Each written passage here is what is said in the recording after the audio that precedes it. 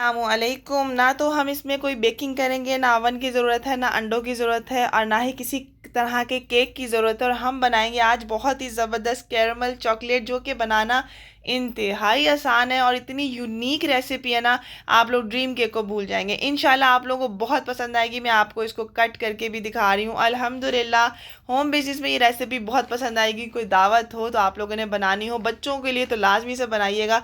तो चलिए स्टार्ट करते हैं इस अमेजिंग सी रेसिपी को। मैं हूँ रुकैया, आप देख रहे हैं प्यारी रुकैया का किचन। बिस्मिल्लाहिर्रहमानिर्रहीम। आज की जो रेसिपी है ये इतनी शानदार रेसिपी है, इतनी आसान, लेकिन ऐसे बहुत सारे पॉइंट्स हैं जो आप लोगों को क्लियर करने हैं मुझे। और सेकंड, इसके अंदर सिर्फ यही नहीं बनती, इंतहाई वेरिएशंस होती हैं। सारी शेयर करूँगी आप लोग क्या क्या यूज़ कर सकते हैं। सो बिस्मिल्लाहिर्रहमानिर्रहीम। सबसे पहले मैंने यहाँ पर एक फ्राई पैन ले लिया। इसमें 1.5 कप शुगर ऐड कर रही हूँ, दानेदार चीनी। ग्राम्स में जो रेसिपी है वो लिखी हुई आ रही है। सो दानेदार चीनी मोटी हो पतली हो, बस वाइट होनी चाहिए, ठीक है। अब हमने क्या करना है, इसको पैन में डालने के बाद हम फ्लेम ऑन कर देंगे। फ्लेम बिल्कुल स्लो रखना है आपने और इसको कैरमल होने देना है शुगर को। देखिए अभी अच्छी तरह जब तक कैरमल नहीं ना हो जाती तब तक आपने इस पर स्पैचुला वगैरह टच नहीं करना है। उसके बाद आपने क्या करना है, जब हल्की हल्की सी कैरमल होना शुरू हो जाएगी ना, तो हम इस तरह से चम्मच चला लेंगे। ये देखें इस तरह से। और ये बहुत इजीली जो है ना हैंडल हो जाती है। अक्सर क्या होता है, फ्लेम तेज़ होती है और हम बार बार स्टार्ट से ही चम्मच चलाते हैं, जिसकी वजह से वो जो है ना सही तरह से कर्डल हो जाती है और बिल्कुल ठीक नहीं बनती है। तो ये देखिए माशाल्लाह से कितनी ज़बरदस्त बिल्कुल मेल्ट हो चुकी है। अब इसके अंदर बटर ऐड कर देना है। तो बटर यहाँ पर मैंने ले लिया था तकरीबन 1/3 कप। ग्राम्स में रेसिपी आ रही है। आप इसमें बिल्कुल से होममेड बटर भी यूज़ कर सकते हैं, कोई इशू नहीं है। अच्छे तरीके से फ्लेम तेज़ नहीं किया, ठीक है, फ्लेम स्लो ही है। अब अच्छे तरीके से इसको मेल्ट कर लेना है। अच्छा, जब ये मेल्ट हो जाएगा तो इसके अंदर मैंने ऐड किया यहाँ पर कंडेंस मिल्क। आप लोग होममेड कंडेंस मिल्क भी यूज़ कर सकते हो चाहो तो। यहाँ पर थोड़ा सा पानी में मिल्क पाउडर को मिक्स करने के बाद ना, जैसे 2 टेबल स्पून वाटर है, 1 टेबल स्पून मिल्क पाउडर है, दोनों को मिक्स करोगे वो भी ऐड कर सकते हो। उसके बाद हमने इसको मिक्स कर देना है बहुत अच्छे से। और एहतियात से आपने देखना है, अच्छी तरह से मिक्स करते जाएंगे ना, एकदम तो लगेगा जिस तरह से बबल्स बन रहे हैं और ये ख़राब हो रहा है टेक्सचर इसका, लेकिन ये थोड़ी देर बाद आहिस्ता से स्मूथ हो जाएगा। ये देखें इस तरह से। जब बिल्कुल स्मूथ हो जाएगा तो फिर हम इसके अंदर ऐड करेंगे यहाँ पर क्रीम। टेट्रा पैक की कोई सी भी कंपनी की क्रीम ले सकते हैं आप लोग। यहाँ पे व्हिप क्रीम भी ऐड कर सकते हो, ठीक है। सो यहाँ पर तकरीबन एक पूरा पैक 200 ml का होता है ना, वो मैंने ऐड कर दिया सारा। और अगर पहले से पैकेट खुला हुआ है उसके अंदर हल्का सा भी पानी होगा तो वो यूज़ नहीं करना आपने, ठीक है। खुला भी खोलेंगे वही यूज़ करेंगे। सो यहाँ पर मैं अच्छे तरीके से इसे देखो इस तरह से मिक्सअप कर रही हूँ और बहुत एहतियात से। फ्लेम को तेज़ आपने नहीं करना। अगर इसके अंदर कड़वाहट आ गई तो टोटली रेसिपी ख़राब हो जाएगी। तो आपने फ्लेम दानेदार ही, जितनी दाना होता है ना थोड़ी सी, उस तरह ही आपने फ्लेम रखना है। सो यहाँ पर मैं अच्छे तरीके से इसे मिक्स करते जा रही हूँ और आप ये देख लें कितने प्यारा सा ज़बरदस्त सा जो है ना ये मिक्स हो गया है और बहुत प्यारा सा कलर आ चुका है। अब क्या करेंगे, इसको हम ऐड कर देंगे किसी बाउल में ताकि ये हो जाए ठंडा। इसे पहले मैं 15 मिनट के लिए रूम टेम्परेचर पे रखूँगी। उसके बाद मैं इसको जो है ना फ्रिज में रखूँगी तकरीबन 20 से 25 मिनट के लिए। आप लोग इसको 15 मिनट के लिए बिल्कुल से फ्रीज़र में भी रख सकते हो, ठीक है। सो ये इसका टेक्सचर बहुत ज़बरदस्त आया है। इससे ज़्यादा क्वांटिटी आपने नहीं करनी है, ठीक है। अच्छे से मिक्स करूँगी और उसके बाद इसको जब ये प्रॉपर 20 से 25 मिनट रख दिया था फ्रिज में, ये ठंडा हो गया था अच्छा से, फिर मैंने इस कैरमल को करना है बीट।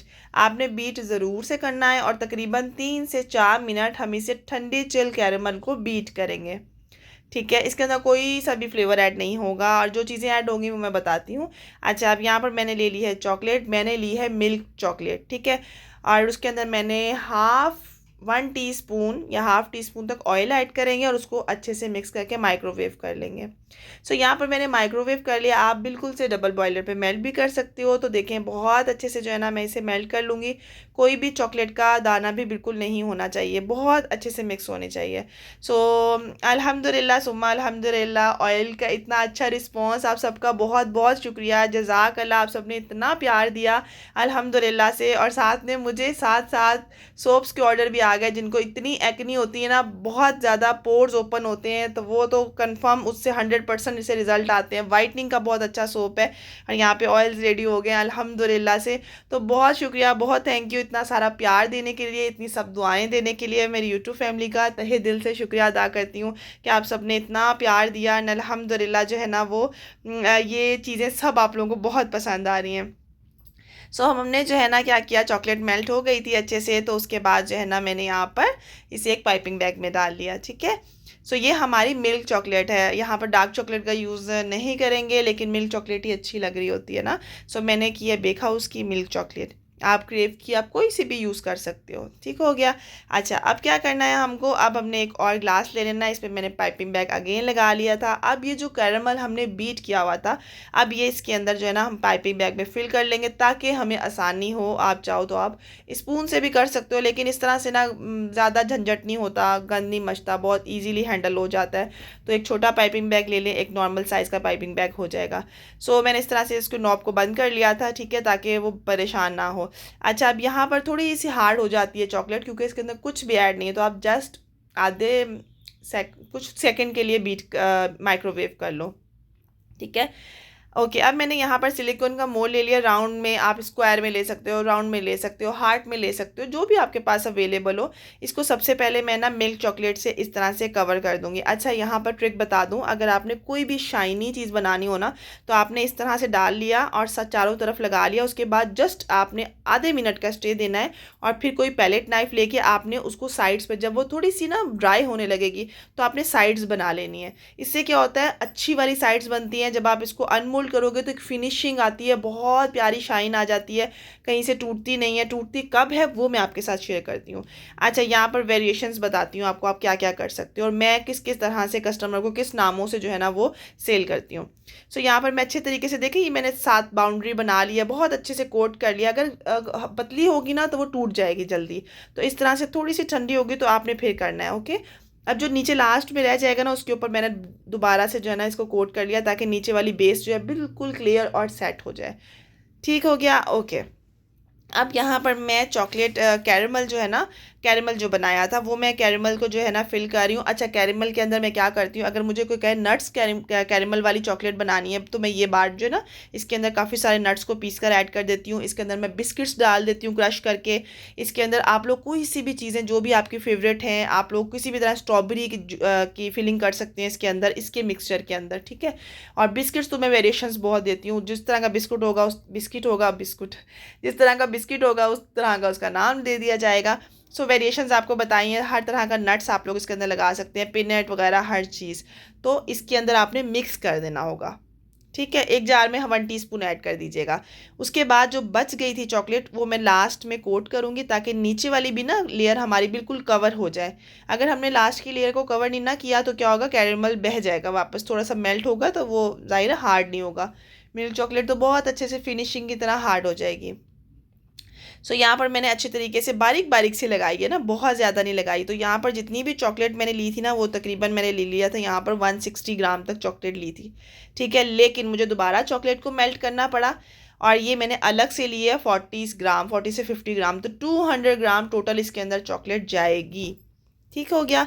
सो यहाँ पर मैंने चॉकलेट का भी बता दिया आपको, और क्रीम वगैरह सबका बता दिया। अब इसको भी मैंने मेल्ट किया माइक्रोवेव में, आप डबल बॉयलर पे कर लो, कोई इशू नहीं है। ठीक है, और अब मैंने क्या करना है, ये मैंने फ्रीज़र में रख दिया था तकरीबन, इसको देखें मैंने फ्रीज़र में रखा, और मुझे लगा कि अभी 15-20 मिनट में हो गया, बट नहीं हुआ। मैंने एक निकाला, बहुत क्यूट, बहुत प्यारे से निकल आया था। ठीक है, शाइन चेक करें माशाल्लाह से। लेकिन जब मैंने दूसरा निकाला तो वो ब्रेक हो गया, टूट गया था। रीज़न क्या थी, क्योंकि इसको तकरीबन 30 मिनट्स का टाइम सेटिंग के लिए चाहिए ही चाहिए होता है। 25 से 30 मिनट फ्रीज़र में रखना है आपने। मैं तो फ्रीज़र की बेस में रख देती हूँ। अच्छा, ये छोटे छोटे से आपको बोर्ड नज़र आ रहे हैं ना, केक बोर्ड, ये मैंने लिए थे 450 के, मुझे आए थे 15 आए थे आई थिंक सो। तो ये मैंने लिए थे, क्योंकि ये छोटे छोटे से केक्स जो है ना, कप केक्स की जो होती है उस तरह से भी बनाती हूँ, तो मैंने उनके लिए लिए थे। तो यहाँ पर जो है ना मैंने ये देखें, इस तरीके से जो है ना मैं अब अनमोल्ड कर रही हूँ। तो ये जो 2 टूट गए थे ना, मैंने उनको दोबारा से फ्रीज़र में रख दिया था।